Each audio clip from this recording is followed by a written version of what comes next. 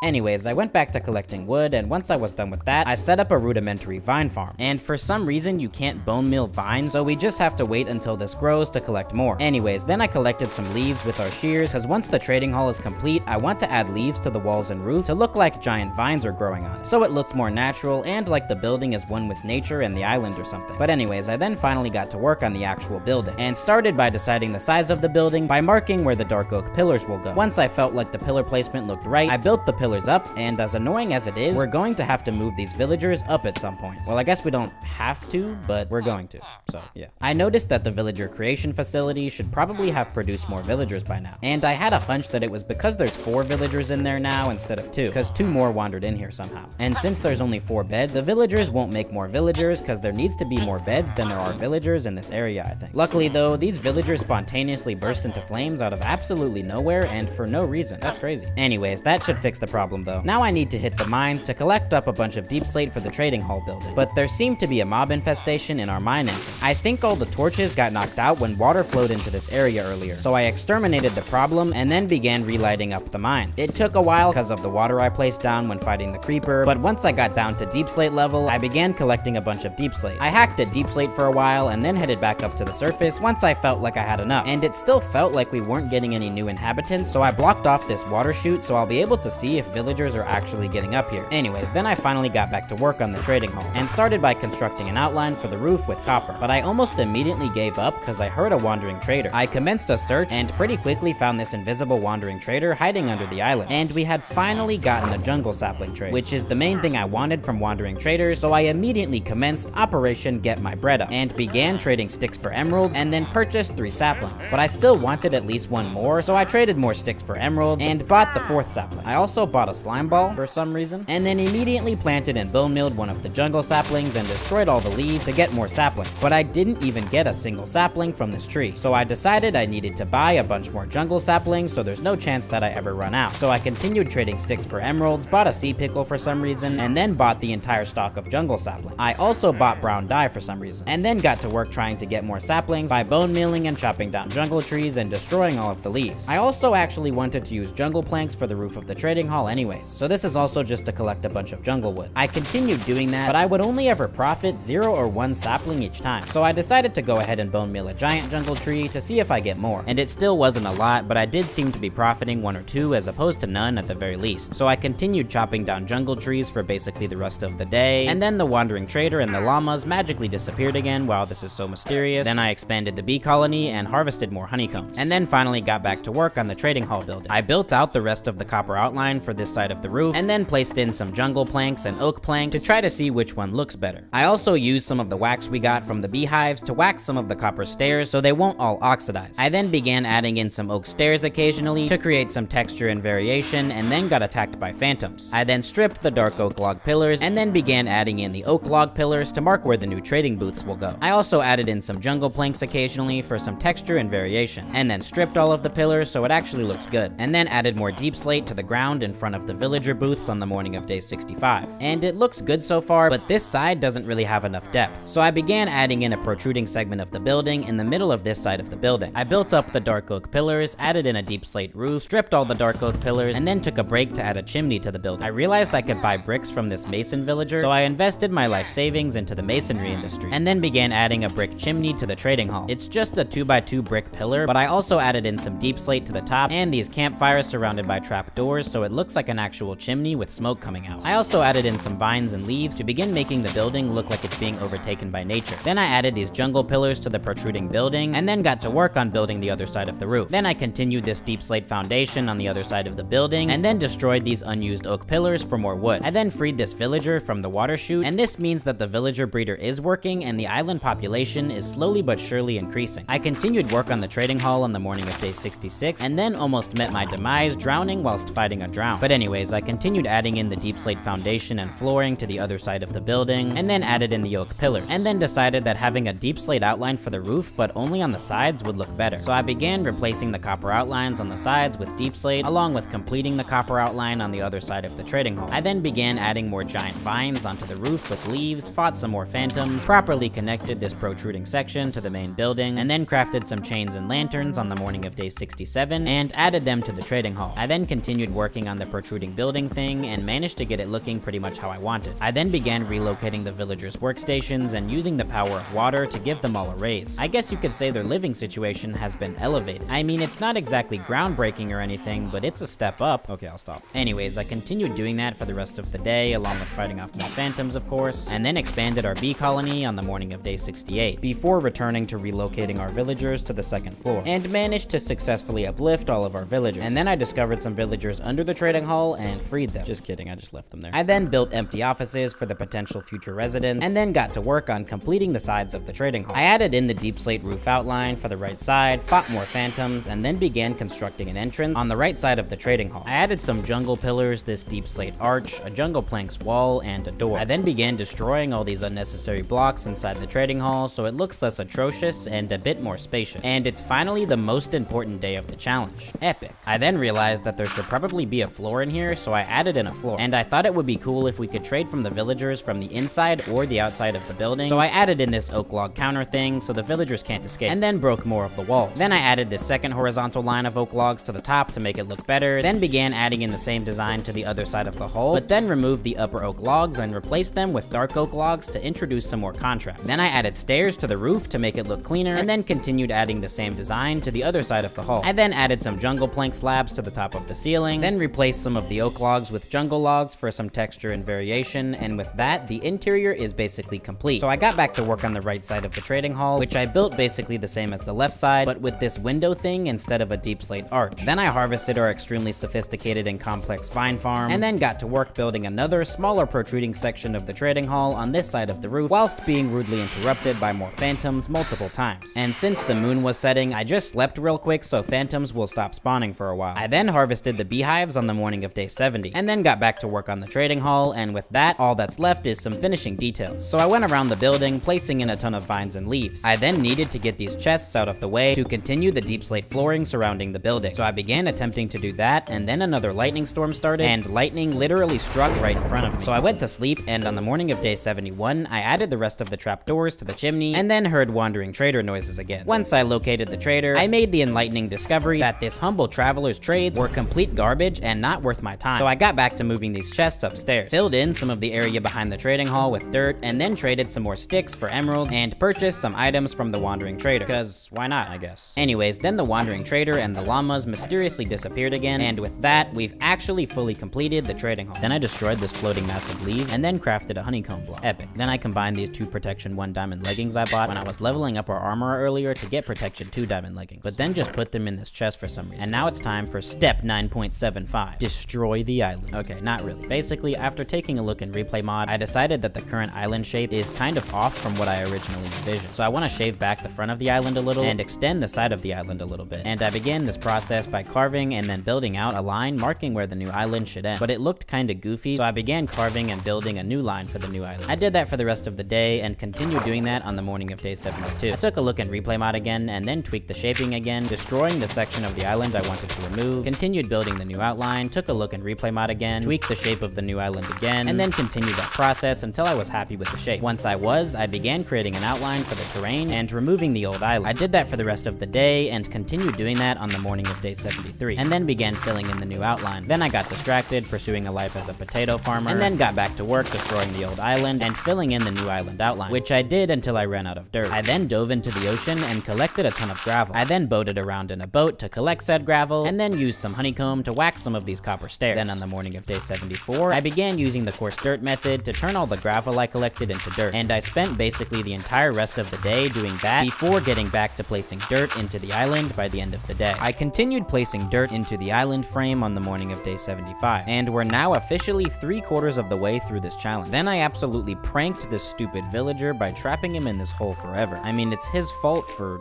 falling for it. Please laugh. Anyways, I kept losing brain cells placing in dirt, and then began on the next geographical feature of the island. I want to add in a waterfall leading to a river flowing right through the island, because I haven't done that before. But seriously, a river just adds a lot to this kind of base. So I began digging out a rough outline of the shape. This will also nicely split the village we build later on into multiple parts. I continued fixing up the shape and collecting dirt that fell into the ocean, and then began adding an artificial bed to the river. I continued doing that, assaulted some wet men, and I tried to make it relatively shallow so it feels like a river. I also got attacked by more phantoms, and then began placing water into the river on the morning of day 76. I didn't really finish the riverbed though, cause I'm too broke. Once I was about 70% done with that, I moved on to destroying the old wheat field because I'm physically incapable of finishing projects that I start. I began outlining where the new wheat field will go. I want it to sit diagonally to the river like this. I then began tilling the dirt and placing in water sources to hydrate the farmland. I then found this secret villager hangout under the island. This is insubordination and I will not accept it. Honestly, I'm only about 80% confident what insubordination means though, so I'll let this slide just this once. Okay, are you serious? Anyways, I went back to tilling the artificial land and then began placing in the seeds. I continued doing that as dawn broke on day 77 and then watched as the sun burnt my enemies. I continued placing in seeds until I got carpal tunnel and then placed in a bunch of composters over the water sources. Both so our idiot villagers don't get stuck in the water somehow, but also so they'll become farmers so they won't get stuck in the river somehow. Speaking of that, I tried and failed to retrieve my toolsmith villager from the depths of this ocean. I mean, it's a river, but that's clearly an ocean to villagers. Those 2 blocks you need to swim are just completely insurmountable. I get it, bro. Anyways, we still have some work to do on our goal of getting 100 villagers. Basically, we just need more beds so the villagers on our island will continue to produce more product. But getting 100 beds through string from our mob farm would take too long. I thought about trying to get sheep by leaving and coming back to the island over and over, but apparently that would take a few attempts most likely. So we need another strategy. Even if that estimate isn't accurate though, apparently there's such a thing as a shepherd villager, and they literally trade wool and beds.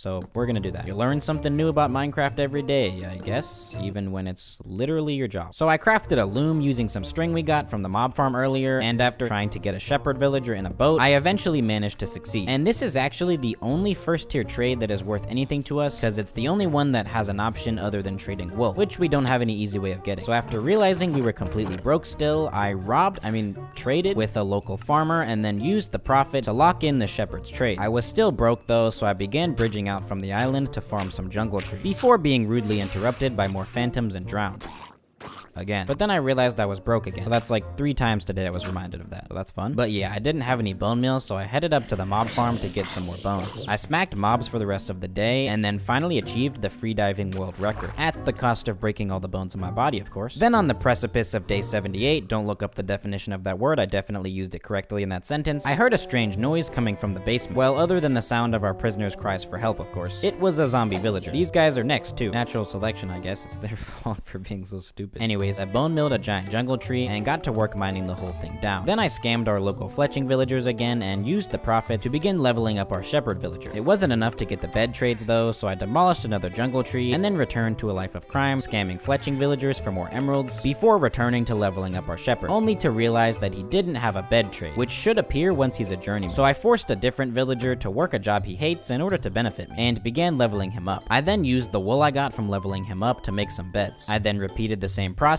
demolishing jungle trees and scamming fletchers so I could buy a poop ton of beds and place them down, and continued that process for the rest of the day and on the morning of day 79, and managed to place down a slightly absurd amount of beds. I then cured the zombie villager, yeah, I definitely cured him, and then attempted to save these 2 poor souls from their own stupidity, but it was too hard so I gave up. I then began attempting to save these other villagers from their brainlessness, and it kinda worked, but I also gave up.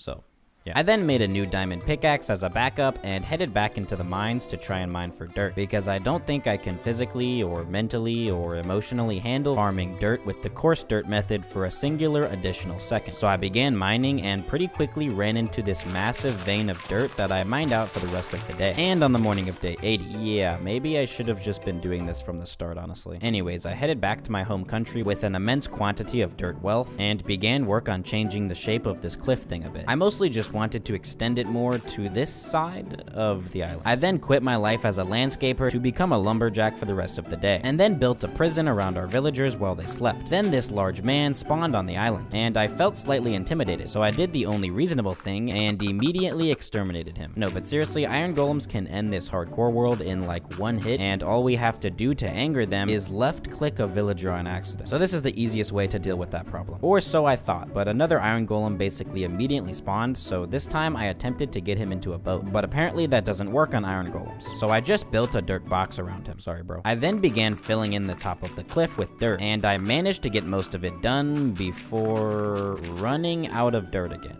Bro. Anyways, then I moved all of the villagers' beds out of their prison to make way for their food supply. Then I hit the mines again to collect a ton of cobblestone to smelt into stone for the rest of the cliff thing. I did that for the rest of day 81 and then began smelting it all on the morning of day 82. Then I went back to mining for copper and more dirt, and I managed to find some and head back up to the surface. I then finally completed the top of the cliff thing, so we can get to work on the windmill thing I want to build here. I then gathered our stone profits and then got attacked by this wet fork man as I lit up our tree farm thing. But I sadly did not acquire a trident. I acquired more resources for the windmill mansion, but we were out of deep slate, so I headed into the mines again and began mining out a giant room at deep slate level. On the morning of day 83, I did that for like half of the day and managed to get a pretty decent amount of deep slate. I returned to our incomplete cliff and unloaded the profits we obtained underground. I then increased the security of our villager prison and then dove into the depths to mine up some copper from around our island. I swam around collecting a bunch of copper for the rest of the day, and on the morning of day 84, then finally got back to work chopping down jungle trees. I then bamboozled some more Fletchers so I could get some more tools, but mostly so I could get more beds. But the shepherd was even more broke than I was somehow, so I got him a new workstation to get his bread up. I then harvested a variety of trees and leaves for building materials for the rest of the day, and I slept at the end of the day to hopefully get rid of phantom spawns. On the morning of day 85, I pulverized more trees into cubic meters of sawdust. I began by materializing the outline whilst tweaking the size and shaping along the way. I'm starting with the house part of this half windmill, half residential building. So I built up some dark oak pillars, stripped the logs, and then began deliberating on the size and placement of the windmill's base. And my deliberation had concluded, so I began building up the windmill's base with stone. I then took a look in replay mod, and then began work on adding in a dark oak border to introduce some contrast to the build. I then decided on the placement of the pillars for the actual windmill building, and then began extending said pillars skywards, and then began placing in the walls and adding in more pillars with jungle wood and jungle logs on the morning of day 86. I then assembled some dark oak fences, and then went scuba diving to collect more aggregate, which I then used along with some white dye I crafted with bone meal to craft some concrete powder. I then turned said concrete into concrete using the power of hydration and excavation. I then began on actually adding the actual windmill sails, starting with adding in the wooden frames of the sails with dark oak fences. After deliberating on the sizing and shaping of the wooden outlines, I decided on a shape I liked and replicated it for the other three directions. I then began placing in the actual sails with concrete. How would this windmill function with literal cubic meters of concrete instead of cloth attached to the sails? Stop asking questions. Anyways, I matched the shape of the wooden frame and made sure to layer it to give the sail a 3D effect, so it looks like there's actually wind blowing into them. I then began adding in some trapdoors and stairs along the wooden frame to make it look better. Then on the morning of day 87, another iron golem spawned, and my masculinity once again felt threatened, so I trapped him in a box forever. Keep your friends close and your enemies in a cobblestone box and leave them to starve, right? I then began collecting dark oak wood so I could continue working on the windmill, and then decided to trap my shepherd villagers in a cobblestone box as well to decrease morale. I released the villager that didn't trade beds, but then the other villager escaped to follow his dreams or something. But unless this villager's dream is to trade me an infinite number of beds forever, they're never coming true, so I trapped him again. I then got back to work adding in the sails and the details to the sails with trapdoors and stairs. And I did a few too many water bucket clutches along the way. It's literally day 87, what is wrong with me? I continued working on that for a while, and also this is mildly absolutely terrifying to do at night because if a phantom spawns right now and knocks me off here, the last 87 days might have been for nothing. Anyways, I then realized that I had built one of the sail frames wrong, so I broke it down and rebuilt it. I continued working on the windmill sails, then bought an absurd quantity of beds from our shepherd and placed them down, and then escorted this trespasser off of my property on the morning of day 88, and then continued adding in details to the windmill sails and managed to basically complete it, and it looks pretty good, I think. I might want to make it a bit bigger at some point, but we'll see. So I began constructing the walls for the house with jungle wood, but I pretty quickly ran out of construction materials, so I chopped down another jungle tree and then got back to work placing in the walls. Once I was done with that, I began adding in the roof, starting with a deep slate and copper border, and then filling in the frame with jungle wood. I did that for the rest of the day and managed to complete the roof by the end of the day. Then on the morning of day 89, I began trying to add a window to the front of the house for some detail. I eventually landed on something I was happy with and then replaced the floor of the house with dark oak slabs and added in some copper doors. Then a thunderstorm started and I got scared, so I went to sleep. But seriously, why have so many thunderstorms started during this challenge? Anyways, on the morning of day 90, we only had 10 days left in this challenge. So after breaking my ankles, I added in the walls to the windmill building with jungle planks. I then stripped the dark oak log pillars of the windmill building and finished putting in the dark oak floor around the windmill building. I then built up a roof for the windmill with deep slate and then extended the front wall up to connect to the roof, and then added an entrance and a floor to the inside of the building. And with that, we're almost fully done with the windmill part of this building. So I began trying to add more detail to the front of the house part, and I just settled on this dark oak support beam, which I had to use dark oak planks instead of logs for part of because I'm broke. Anyways, then I finally began on actually connecting these two buildings, starting with building this connecting roof. I worked on that for the rest of the day and continued working on that and completed it on the morning of day 91. I didn't have enough materials to build the walls though, so I committed a healthy dose of deforestation and then built the walls. And it's time to fully complete step 9 by building the rest of the cliff. And then maybe one day we'll fill in the back of the island too, but who knows. But anyways, I began placing dirt into the island along the cliff side, starting at the top, bottom, and sides, and moving downwards, upwards, eastwards, westwards, skywards, and onwards. I also began destroying the parts of the island that were going to be covered up to collect more dirt. Fought another drowned and didn't get a trident, and continued filling in the cliffside, transitioning to using stone, andesite, and gravel as I got to the section above the river, which is where I want to put in a waterfall. I managed to mostly complete the cliffside by the end of the day, and then began filling in the bottom of the river with the rest of the dirt I had on the morning of day 92. I then fully completed filling in the cliffside, and then began adding in a pond that will lead to the river in front of the windmill house. I started by breaking out a pond shape leading to where I wanted the waterfall to begin, and then added in the floor of the pond with dirt, added in some more stone to the cliffside at the beginning of the waterfall, and then began adding in the water. Some of the water seemed unwilling to obey the laws of physics, so I began correcting its existence. And with that, we're basically done with the waterfall, and also basically done with this entire cliff area. So it's now finally time for step 10.75, the rest of the base. And we only have like 5 days to do this because we still need to explore trial chambers to collect the rest of the 1.21 blocks and items, which I'm having doubts is even possible at this point, but basically we need to speedrun this. So I began collecting building materials from around our base, then chopped down this jungle tree, and then put some of the building materials in this chest. And I want to start by adding a couple of docks to the island, both because I think it'll look cool and because they're insanely easy to build and will help to make our island look more prosperous than it actually is. So I built out this 3-block wide H shape supported by jungle logs with jungle planks, before deciding I didn't like it and beginning to destruct some of it. I then sniped this trespasser and then completed the dock on the morning of day 93. I then planted some saplings because we're gonna need a lot more wood to build the rest of the base. I then placed a 2x2 jungle tree, which will also hopefully make the island look a lot cooler, but I'm just placing the saplings because I'm out of bone meal. I also wasted some time terraforming this area behind the villager trading hall some more, placed in another 2x2 jungle tree, chopped down another giant jungle tree, chopped down a dark oak tree, and then the giant jungle tree I had placed had already grown, which is cool. I then began work on the first actual house for our island's residents. I began by placing in some dark oak pillars and jungle pillars, added in some jungle plank walls, and I can't afford glass, so the windows are essentially just going to be missing parts of the wall. Anyways, I then added in a deep slate roof and used some stairs and slabs to make the windows and ceiling of the house look marginally better. I then added in a dark oak door and then began pathing in a path that goes all the way through our base. Then on the morning of day 94, I absolutely materialized the bridge going over the river, properly connecting the two major halves of our base. I then continued the path some, but this iron golem was in the way, so I politely escorted him and his friend off the island. I lost the footage though, but that's definitely what happened. I then demolished their unoccupied prisons to make way for the industrial expansion of our island civilization. I also destroyed our villager prison to make way for more residential neighborhoods, apartment complexes, and shopping centers. I then began trying to remind all of these villagers that they aren't fish, but that's apparently more difficult than you'd think, so I did that until nightfall and still wasn't able to get all of the villagers out of the river. Bruh. Anyways, I went back to pathing in the path around the trading hall and river, river, and then constructed the second dock for the island, again with jungle planks, and connected it up to the rest of the path. I also placed down a few individual jungle saplings. I then destroyed and relocated all of the villagers' beds to make way for everything I want to build in this area. And I then began constructing the next house for the island, starting with jungle logs for the pillars, jungle wood for the walls, and then began on the outline of the roof with copper. I continued the outline of the roof on the morning of day 95, and then added in the floor and the entrance. I then had just enough copper to cheap out and use jungle planks to complete the roof. I then filled in the roof with jungle stairs, and then added in some windows to this humble abode. I then extended the path out to our new encampment. That word barely works in that sentence, so do me a favor and don't look that up ever even a single time for the rest of time. I then quickly chopped down a jungle tree, destroyed our extremely sophisticated vine farm, and then began deciding where the next habitation will reside. I decided it should go right here, so I began making room for our new real estate endeavor. I then began speedrunning the fastest time to build the same house I just built, world record, except this time I'm using deep slate for the roof. Definitely not because I ran out of copper and I don't have time to get more. Nope, it's just my artistic intuition or something. I don't know. Anyways, I completed the house in record time and then moved on to building a villager trading booth stand thing I want to add across from the trading hall. I started with this stairs and slabs table thing, and then added this roof supported by these fence posts, and then added these trapdoors for detail or something as dawn broke on day 96, and it looks passable. I then began work on a little well thing by the windmill house. I started by deciding on the size and placement, then built a foundation, and then added on a roof supported by these stone walls. That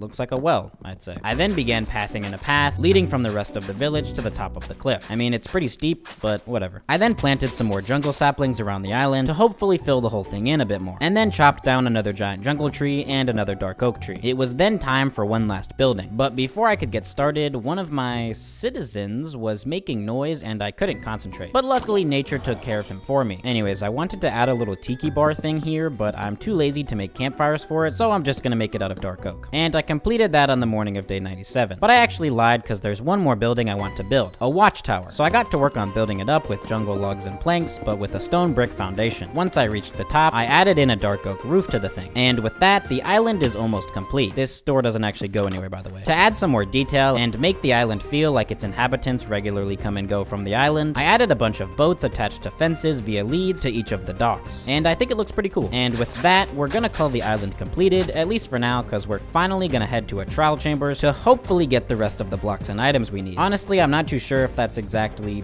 possible, but I'll try. So I prepared my inventory and then set out for our first major expedition from the island. Once I arrived on location, I dove into the depths and then ventured underground. I then began excavating a tunnel down to the trial chambers below, and once I saw tough bricks, I began searching for a good entrance point, and finally entered the trial chambers on the morning of day 98. All was pretty quiet upon my entrance to the facility. Anyways, I got some of the spawners to activate and began shooting the mobs from my hidey hole. I mean, if you think I'm risking this hardcore world on day 97 with my non-existent level of skill, you're mistaken. Also, breezes look absolutely insane with these shaders on. Anyways, breezes are pretty harmless, so I jumped into action to take them out up close. And I managed to get a trial key from the skeleton spawner, so I used it to unlock a vault, and we got the new disc and a wind charge. So not bad, I guess. But I trekked onwards into the rest of the trial chamber. I tried carefully making my way to and through this main hallway to gather up some loot, but I didn't really manage to find anything new. I did find this zombie spawner though, so that's cool. And after a bit of fruitless exploration, I decided to head back to where I entered.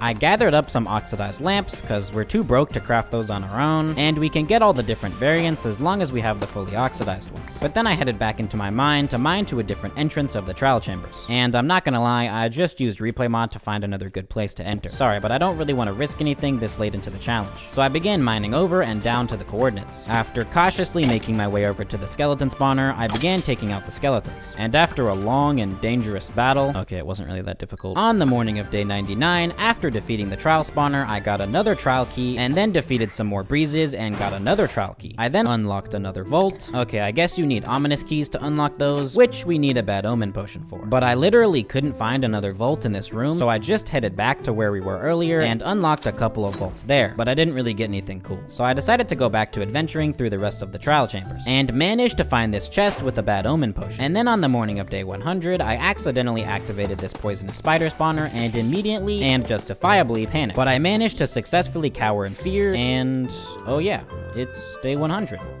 Cool. Unfortunately, we no longer have time to get the rest of the blocks and items. So yeah, maybe I was being a bit too ambitious with that goal. But we can still get some more of the copper blocks with the copper bulb we got. So after checking where I was in replay mod, I began mining to the ocean. Once I reached the ocean, I swam up to the surface and absolutely maneuvered my way back to the island, which by the way, looks pretty epic, I think. Even though we kinda had to rush last minute like we were cramming for a test or something, so there aren't as many details as I'd normally like. I then went beneath the island to collect the 1.21 blocks and items from earlier, and moved them to the surface. I then realized that I've made a fatal mistake. I literally can't believe I made the exact same mistake I made in the cave only video. But I forgot to get the fully oxidized versions of all the copper blocks from the trial chambers so I can get all the different variants. Yeah, I could go back to the trial chambers to get them, but honestly, I don't really want to. So I just placed all the copper blocks down in hope that somehow they'll all oxidize in the next half a day. That's not gonna happen, but at least I tried. Anyways, I got all the random variants of the copper bulb that I could, and then on day 101, I got some more random copper block variants, did some epic parkour using the wind charges we got, bone milled the island a bunch with the bones we got, broke all the villagers' beds, added some more finishing touches to the island, and then broke out all the copper blocks. Sorry, I think when I was recording, I thought this was day 100. So, my bad. Unfortunately, we didn't really fully accomplish most of our goals, but you know what? I don't even care. I'm still happy with the amount of stuff we were able to accomplish in these 100 days with nothing but a tiny island in the middle of an infinite ocean. And I had fun making this video, so I hope you had fun watching. If you enjoyed this video and would like to see more content like this, I'm trying to hit 1 million subscribers, so please consider subscribing. And if you want to try this challenge out for yourself, I'll leave a link to the data pack I used in the description below. I'll also leave a link to the Data Pack Creators YouTube channel as well. Patrons also get access to the world downloads for all of my 100 days videos, including this one, get shoutouts at the end of each of my videos, and it just helps me bring higher quality content to you more frequently. So consider becoming a patron. A huge shout out to our Diamond and Netherite patrons. But yeah, thank you for watching, I hope you enjoyed, and I'll see you in the next one.